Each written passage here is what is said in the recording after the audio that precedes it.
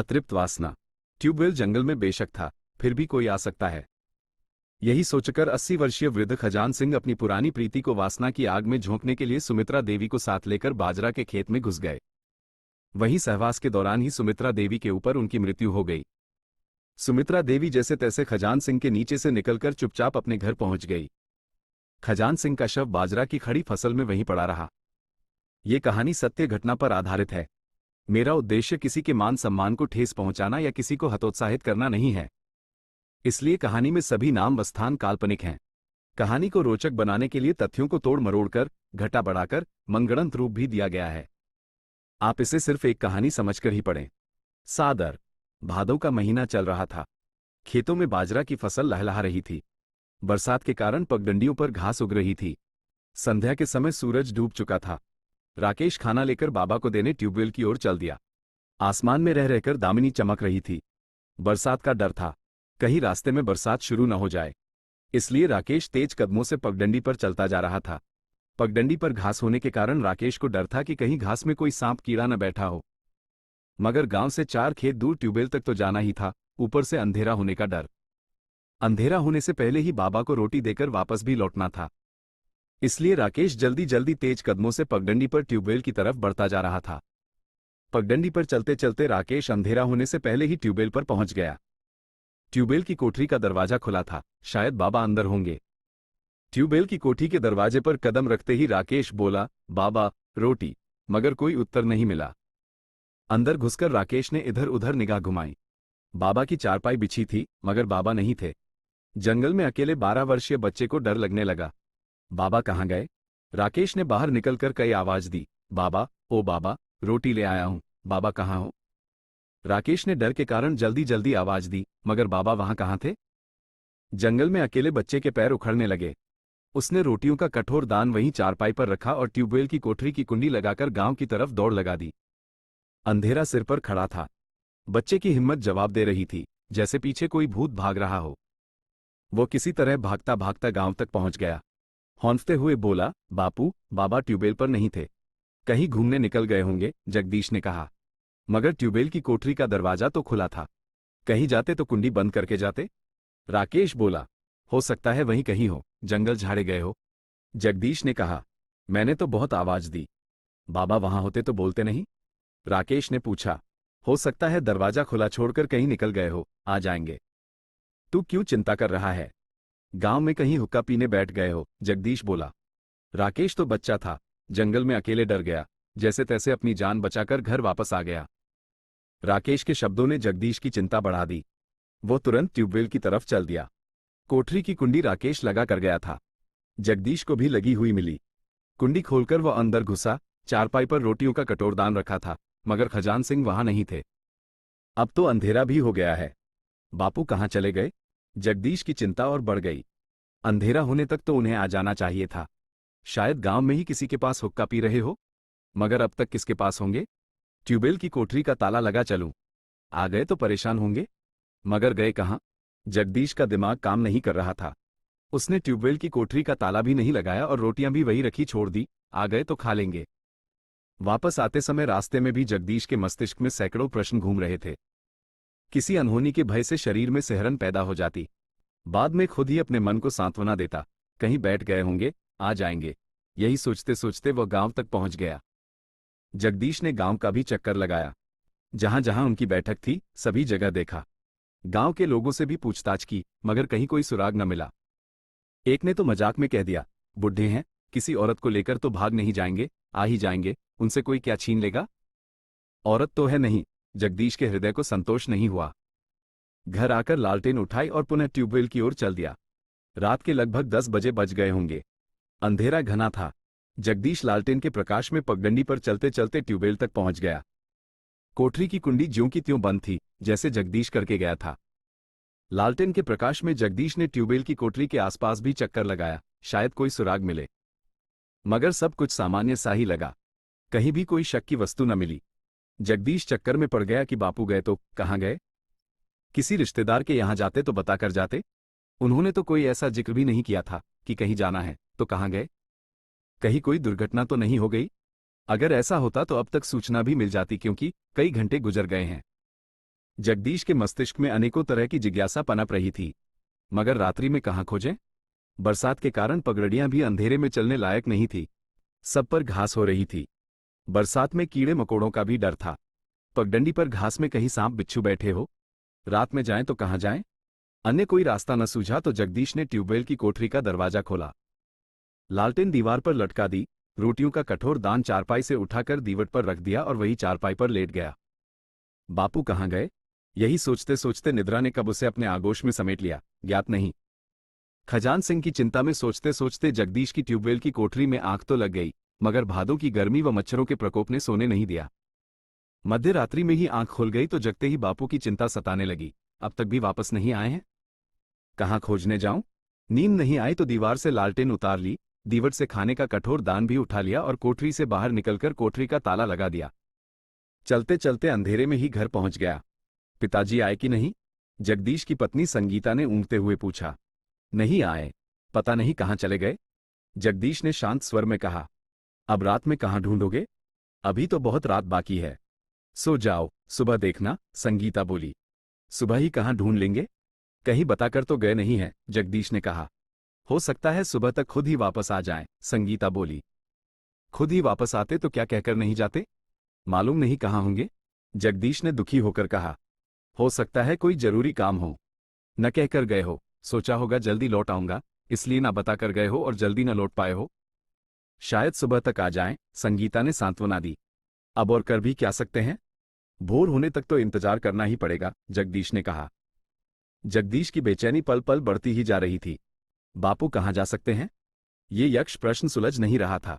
नींद आंखों से कोसों दूर भाग गई थी। भादों की काली अंधियारी रात भोर होने से पहले और काली हो जाती है। जगदीश भोर का इंतजार कर रहा था और भोर आगे खिसकती ही जा रही थी। इंतजार का एक एक क्षण युग के समान बीत रहा था। काली अंधियारी रात भी जगदीश को डरा रही थी। इंतजार का एक एक क्षण कट कट कर आखिर पौ फटने लगी। सूर्यदेव के आगमन से पहले ही अंधेरा अपना साम्राज्य समेटने लगा तो जगदीश घर से निकलकर पुनः ट्यूबवेल पर पहुंच गया। कोठरी का ताला ऐसे ही बंद था जैसे वह करके गया था। सूर्यदेव का उदय हुआ तो प्रकाश की किरणें धरा पर नया जीवन बिखेरने लगी। जगदीश ने कोठरी का ताला खोलकर पुनः अवलोकन किया। सब सामान सामान्य ही लग रहा था। बापू के कुर्ता धोती भी खुंटी पर लटके रहे थे। एक जोड़ी कुर्ता धोती वो ट्यूबवेल पर अतिरिक्त रखते थे। कोठरी में सब सामान भी मौजूद था। रिंच, प्लास, हथौड़ा, फावड़ा, खुरपी सब यथास्थान रखे थे। चोरी डकैती की भी कोई संभावना नहीं थी। कहीं से भी किसी प्रकार की कोई सूचना भी नहीं मिली तो कहाँ गए? जगदीश ने कोठरी के बाहर निकलकर भी इधर उधर नजर घुमाई। आसपास की पगडंडी पर भी देखा। घास के ऊपर ओस की बूंदें लदी पड़ी थी। इधर उधर तलाश करने में जगदीश के पैर ओस से पानी की तरह भीग गए। हार थककर ट्यूबवेल की कोठरी से ताला लगाकर जगदीश वापस घर चल दिया। घर पहुंचकर जगदीश ने कुछ लोगों को भाड़ा देकर इधर उधर रिश्तेदारों के यहां भेजा। खुद साइकिल लेकर आसपास के गांव में तलाश करने लगा। एक गांव से दूसरे गांव घूमते घूमते जगदीश को दोपहर हो गया। आसपास के गांव तक भी यह बात जंगल की आग की तरह फैल गई, खजान सिंह लापता है। गांव के लोग भी आसपास के खेतों में खजान सिंह को खोज रहे थे। कुछ लोग खजान सिंह के ट्यूबवेल पर भी पहुंच गए। ट्यूबवेल की कोठी का ताला लगा था, चाबी जगदीश के पास ही थी। ट्यूबवेल के आसपास सभी खेतों में बाजरा की फसल लहलहा रही थी। गांव के कई लोग इधर उधर तलाश कर रहे थे। तभी एक खेत में कुत्तों का आवागमन उन्हें कुछ अचंभित कर गया। कुत्ते खेत में घुसकर भौंकते और बाहर निकल आते। कई बार कुत्तों को इस तरह आते जाते देखकर उन्हें कुछ शक हुआ, हो ना हो अंदर कुछ तो है।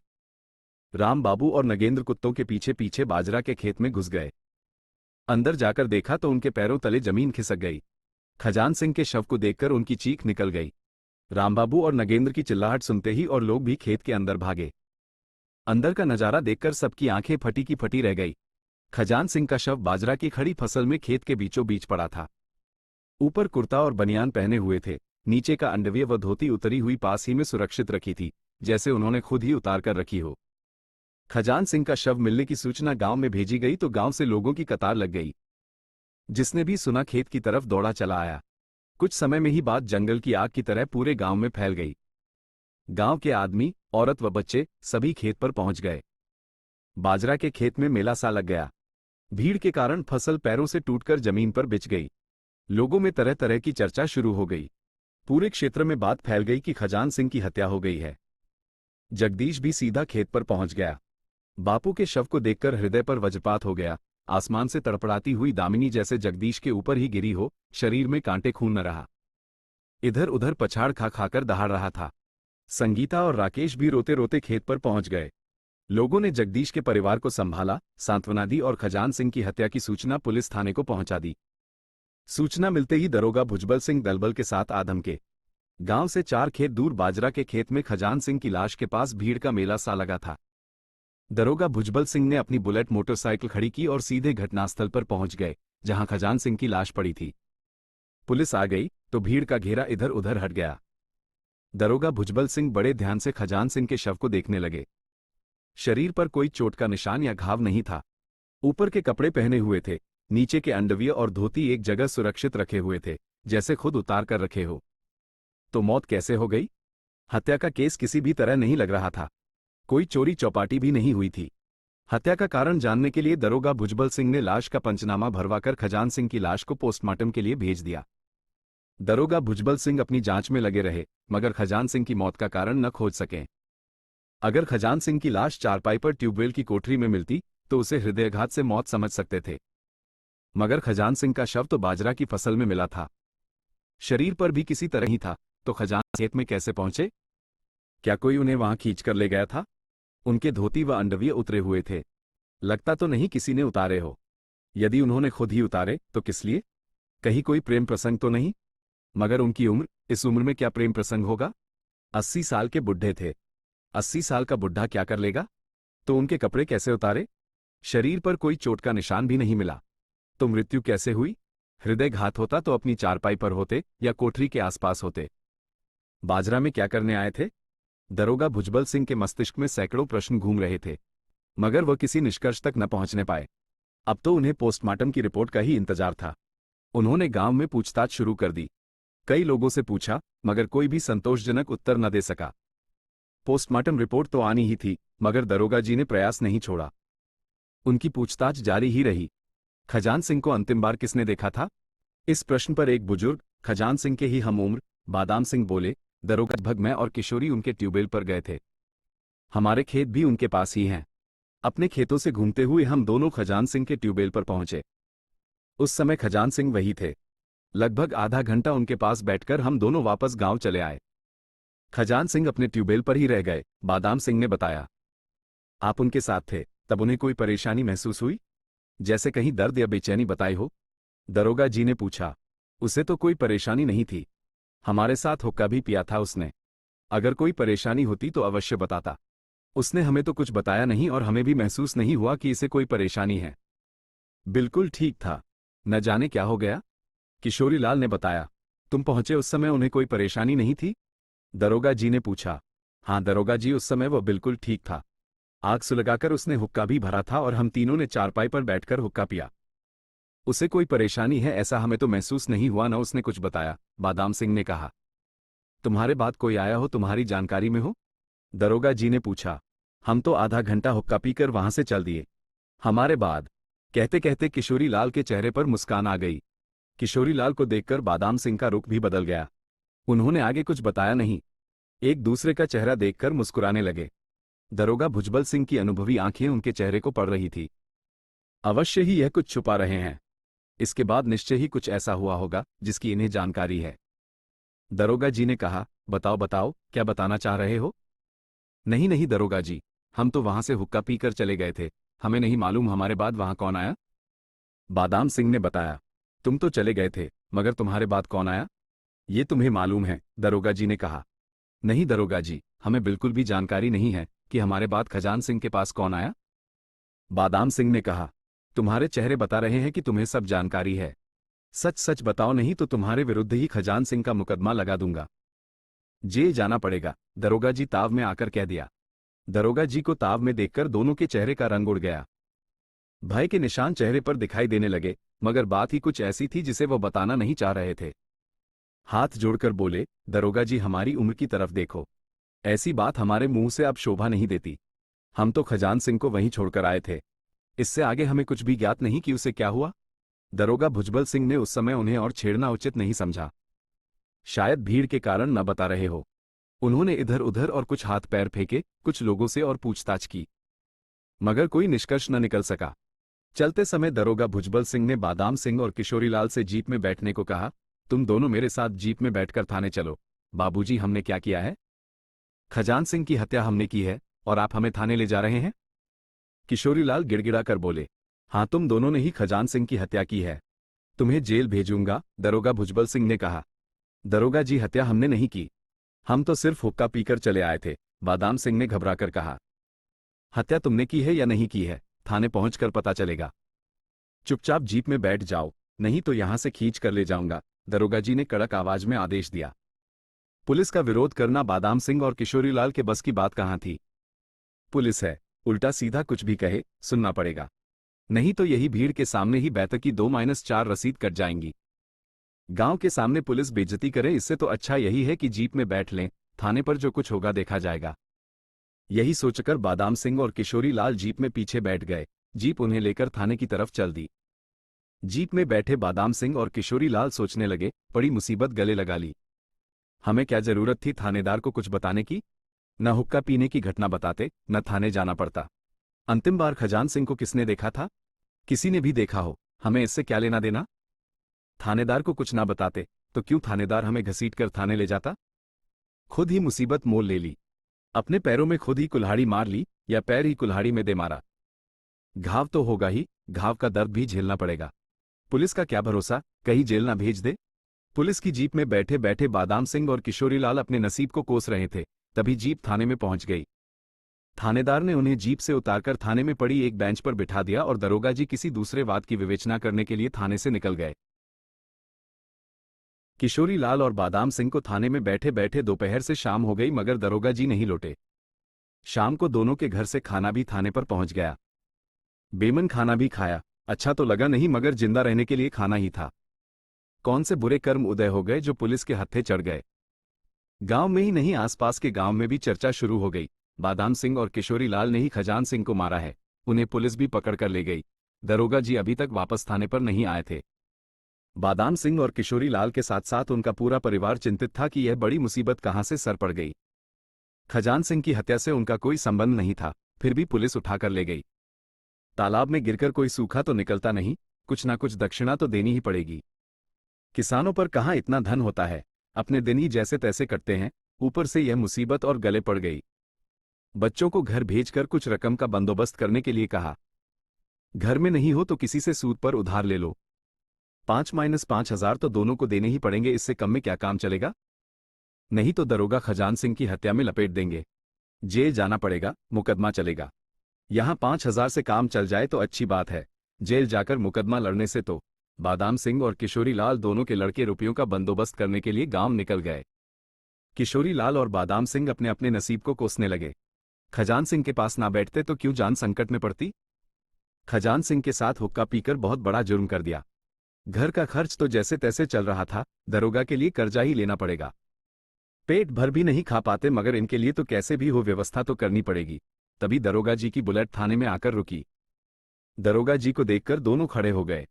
दरोगा जी ने कड़क आवाज में कहा, बैठ जाओ। अपने कार्यालय में घुसकर कुछ समय बाद ही बुलेट लेकर पुणे चले गए। बादाम सिंह और किशोरीलाल करम पर हाथ रखकर सोचने लगे, कैसी स्थिति पैदा हो गई है। कहीं जेल जाने का नंबर ना आ जाए। मारपीट होना तो थाने में आम बात है। पुलिस का पिटा और बरसात का फिसला इन पर कभी हंसना नहीं चाहिए, क्योंकि ये दोनों काम तो बड़ी आसानी से होते हैं। बरसात में कोई भी कहीं भी फिसल सकता है, तो थाने में निर्दोष पिटते ही रहते हैं। भाग्य में जो लिखा है वही होगा। अब तो दरोगा जी की दया पर ही निर्भर है, पैसे लेकर छोड़ देंगे या जेल भेजेंगे। बादाम सिंह और किशोरीलाल बेंच पर बैठे बैठे एक दूसरे का मुंह तक रहे थे। कभी कभी मन बहलाने के लिए आपस में, हुक्का नहीं पीते तो आज क्यों यहां बैठे होते। दिखाई दे गया था इसीलिए पहुंच गए। उसके बाद किशोरीलाल ने कहा, मैं तो सीधा घर ही जा रहा था। तूने ही कहा था खजान सिंह चारपाई पर बैठा है, चलो उसके पास बैठकर हुक्का पीते हैं। बादाम सिंह ने कहा, तूने भी तो मना नहीं किया था खजान सिंह के पास चलने को। किशोरीलाल बोले, तुझे ही हुक्का की तलब लग रही थी, नहीं तो अपने खेतों पर घूमकर सीधे घर पहुंच जाते। क्यों ये झंझट सर पड़ता। बादाम सिंह ने कहा, समय खराब था, हमें क्या मालूम था कि इसे भी आज ही मरना है। हुक्का तो उसके पास बैठकर अक्सर पीते ही थे, उस दिन क्या नया काम किया था। उसका समय आ गया था, उसे मरना था, हमारे लिए ये झंझट पैदा होना था। वो तो मर कर खुश हो गया, हमारे लिए कांटे बो गया। किशोरी लाल ने कहा। जो कांटे बो गया है वो तो काटने ही पड़ेंगे, कर्ज लेकर या जेल जाकर, बादाम सिंह ने दुखी होकर कहा। बादाम सिंह और किशोरी लाल आपस में बात करके अपना मन बहला रहे थे, तभी दरोगा जी की बुलेट थाने में आकर रुकी। बुलेट से उतरकर दरोगा जी सीधे अपने कार्यालय में घुसे, हाथ से इशारा कर उन दोनों को बुलाते हुए। दरोगा जी का इशारा पाकर दोनों ऐसे सहम गए जैसे जंगल में शेर को देखकर हिरनी सहम जाती है। वो चाहकर भी नहीं भाग पाती, खुद ही शेर की तरफ चल देती है। वही हाल बादाम सिंह और किशोरी लाल का था। दरोगा जी का इशारा पाते ही बेंच से उठकर उनके पीछे पीछे कक्ष में घुस गए। कक्ष में घुसने पर उनके हाथ पैर थरथरा रहे थे। किसी अनजान अनिष्ट का भय उन्हें भयभीत कर रहा था। मालूम नहीं अब क्या होगा, यही सोचते सोचते दोनों ने कक्ष में कदम रखा। दरोगा जी सामने कुर्सी पर बैठे थे। दोनों ने घबराते हुए कमरे में कदम रखा। बैठ जाओ, दरोगा जी ने कुर्सी की तरफ इशारा करते हुए कहा। कुर्सियों को देखकर बैठने में डर तो लग रहा था, मगर आदेश यही था, इसलिए दोनों बैठते बैठते सोचने लगे, मालूम नहीं ये दरोगा क्या करेगा। कहीं कुर्सियों पर बैठने पर बेत ना बजा दे, मगर आदेश की अवहेलना पर भी बेत बज सकता है। एक तरफ कुआं दूसरी तरफ खाई। डरते डरते कुर्सियों पर बैठकर दोनों अपने हाथ की उंगलियों के नाखून देखने लगे। तभी दरोगा जी ने कड़क आवाज में कहा, तुम्हारे बाद कौन आया था खजान सिंह के पास? हुजूर, हमें कुछ भी मालूम नहीं, हम तो हुक्का पीकर चले आए थे, बादाम सिंह ने कहा। चले आए थे या खजान सिंह को मारकर बाजार के खेत में डाल गए थे? दरोगा ने कहा। हमारी क्या दुश्मनी थी खजान से जो हम उसे मारते? हम तो उसे वही चारपाई पर बैठा छोड़ आए थे, किशोरी लाल ने कहा। तुम्हारी कोई दुश्मनी नहीं थी, फिर तुमने मारकर खेत में क्यों फेंक दिया? कुछ तो बात होगी जो तुम छुपा रहे हो, दरोगा भुजबल सिंह ने पूछा। हम कुछ भी नहीं छुपा रहे हैं बाबूजी, हमने तो सिर्फ उसके साथ हुक्का पिया था। हुक्का पीकर हम चले गए उसे वहीं बैठा छोड़कर, उससे आगे हमें कुछ भी मालूम नहीं कि वो कैसे मर गया, बादाम सिंह ने कहा। कैसे मर गया? अभी बताता हूं कैसे मर गया। अपने आप कोई मरता है और मरकर बाजार के खेत में लेट गया? तुमने नहीं मारा तो और कौन मार गया? तुम दोनों बहुत खेले गए और शातिर हो। राजी से नहीं बताओगे, पुलिस के हाथ दिखाने पड़ेंगे तभी तुम बताओगे, दरोगा जी ने हाथ में बेत उठाते हुए कहा। दरोगा जी के हाथ में बेत देखकर दोनों की आत्मा हिल गई। जिंदगी में ये कमी बाकी थी, कभी पुलिस थाने की सूरत भी नहीं देखी थी, गांव की पंचायत से ही काम चल जाता था। ये कमी अब बुढ़ापे में पूरी हो जाएगी। सुना बहुत था कि पुलिस रस्सी का सांप बना देती है, आज आंखों के सामने दिखाई दे रहा है, दरोगा भुजबल सिंह ने बेत हवा में घूमते हुए कहा। तुम्हारी उम्र का लिहाज कर रहा हूं, 80 साल के बूढ़े हो तुम दोनों, अभी तक मेरी आंखों में शर्म है। तुम्हारी जगह कोई जवान लड़का होता तो अब तक तोते की तरह रटने लग जाता। मैं पूछ रहा हूं, सही सही बता दो, नहीं तो पुलिस के हाथ दिखाने में मुझे देरी नहीं लगेगी, दरोगा जी ने बेत हवा में लहराते हुए कहा। बुढ़ापे में पुलिस का यह व्यवहार बादाम सिंह और किशोरी लाल को विचलित कर रहा था। हवा में लहराता हुआ बेत देखकर शरीर सिहर जाता था। बादाम सिंह हाथ जोड़कर बोला, बाबूजी, हमें जितना मालूम था हमने बता दिया है, इससे आगे हमें कुछ नहीं मालूम कि खजान सिंह की मृत्यु कैसे हुई। हम तो उसे चारपाई पर ही बैठा छोड़कर आए थे। तुम चारपाई पर बैठा छोड़कर आए थे तो खजान सिंह की मृत्यु कैसे हुई? दरोगा जी ने आंख मटकते हुए कहा। हमारा विश्वास कीजिए दरोगा जी, हम खजान सिंह को वहीं बैठा छोड़कर आए थे, किशोरी लाल ने हाथ जोड़कर कहा। तो खजान सिंह अपने आप मरकर बाजार की फसल में घुस गया? दरोगा भुजबल सिंह के तेवर सख्त हो गए। हम तो अक्सर खजान सिंह के पास जाते थे, हमारे खेत पास ही हैं। जब भी खेतों की तरफ जाते खजान सिंह के साथ हुक्का अवश्य पीते थे। बचपन का जोड़ीदार था, पूरा जीवन साथ साथ बिता दिया, तो हम क्यों खजान सिंह को मारते? किशोरी लाल ने विनम्र स्वर में कहा। अगर तुमने खजान सिंह को नहीं मारा है, खजान सिंह को वही चारपाई पर बैठा छोड़कर आए थे, क्या सबूत है तुम्हारे पास? कोई गवाह है जो इस बात की पुष्टि कर दे कि तुम खजान सिंह को चारपाई पर ही छोड़कर आए थे? नहीं तो तुम्हें ही जेल भेज दूंगा, दरोगा जी ने कहा। हाँ दरोगा जी, गवाह है, किशोरी लाल बोला। बताओ कौन है? दरोगा जी ने घुड़ककर पूछा। रहने दो बाबूजी, यह बताना हमारे लिए उचित नहीं। क्यों मरने के बाद खजान सिंह की इंक्वायरी करवा रहे हो? इस उम्र में ऐसी बात करना हमें भी शोभा नहीं देता, बादाम सिंह बोले। बादाम सिंह के शब्दों से दरोगा जी का पारा चढ़ गया। तुम दोनों ऐसे नहीं बताओगे, दरोगा जी का गुस्सा 7वें आसमान पर पहुंच गया। अपनी कुर्सी छोड़कर खड़े हो गए और एक एक बेत दोनों की चूतरों पर मार दी। बेत की मार से बादाम सिंह और किशोरी लाल बिलबिला गए। दरोगा जी ने बेत हवा में घुमाया। हवा में घूमता हुआ बेत देखकर बादाम सिंह की श्वास ऊपर चढ़ गई। बताता हूं दरोगा जी, बादाम सिंह ने कहा। बताओ, नहीं तो खाल उधेड़ कर रख दूंगा, दरोगा जी ने आंखें लाल करते हुए कहा।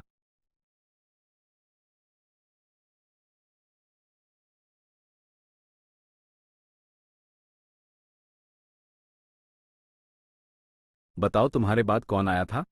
सुमित्रा, किशोरी लाल ने धीरे से कहा। सुमित्रा? ये सुमित्रा कौन है? दरोगा जी ने पूछा। सुमित्रा गांव की ही लड़की है। लड़की क्या, हमारी उम्र की ही है। अब तो वह भी बुढ़िया हो गई है, बादाम सिंह ने कहा। सुमित्रा क्यों आई थी? क्या उसका खेत भी वही है? दरोगा भुजबल सिंह ने पूछा। वैसे तो उसके खेत भी पास ही हैं, खेत उसके पिताजी के हैं, मगर वो जब भी अपने ससुराल से आती है तो खजान सिंह के पास जाती है। उस दिन भी वह आई थी जब हम वहां से चल दिए तब, किशोरी लाल ने कहा। सुमित्रा ससुराल में रहती है या तुम्हारे गांव में? दरोगा जी ने पूछा। वैसे तो सुमित्रा अपनी ससुराल में ही रहती है। उसके बच्चे भी बड़े हो गए हैं, नाती पोते भी हैं। सुमित्रा विधवा है, अक्सर यहां अपने मायके में आती रहती है, अब तो कई महीने से यहीं है, बादाम सिंह ने बताया। सुमित्रा अपने खेतों पर घूमने आई थी या खजान सिंह से मिलने? दरोगा भुजबल सिंह ने पूछा। खेतों का तो बहाना था, सुमित्रा खजान सिंह से ही मिलने आई थी। अब तो कई वर्षों से खजान सिंह ट्यूबवेल पर ही रहते थे, इसीलिए सुमित्रा वहां पहुंच जाती, किशोरी लाल ने कहा। सुमित्रा खजान सिंह से मिलने क्यों आती थी? दरोगा भुजबल सिंह ने पूछा। इस उम्र में ये बात अपने मुंह से कहने में तो अच्छी नहीं लग रही, मगर आप पूछ रहे हैं तो बतानी ही पड़ेगी, बादाम सिंह ने एक लंबी सांस छोड़ते हुए कहा। खजान सिंह और सुमित्रा बचपन से ही एक दूसरे से प्यार करते थे, इसलिए सुमित्रा जब भी गांव आती वो खजान सिंह के पास अवश्य आती। उस दिन भी उसे देखकर ही हम लोग वहां से चल दिए थे, अन्यथा कुछ समय और खजान सिंह के पास बैठते। तुम्हें ये सब कैसे मालूम कि खजान सिंह और सुमित्रा एक दूसरे से प्यार करते थे? दरोगा जी ने पूछा। बाबूजी, खजान सिंह हमारा लंगोटिया यार था, वह हमें एक एक बात बता देता था। खजान सिंह ने तो हमें यह भी बताया था कि सुमित्रा का बड़ा बेटा उसी का बेटा है। खजान भी सुमित्रा के बड़े बेटे का बाप था।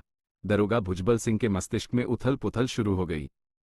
हो ना हो खजान सिंह की मृत्यु का राज सुमित्रा देवी को अवश्य मालूम होगा।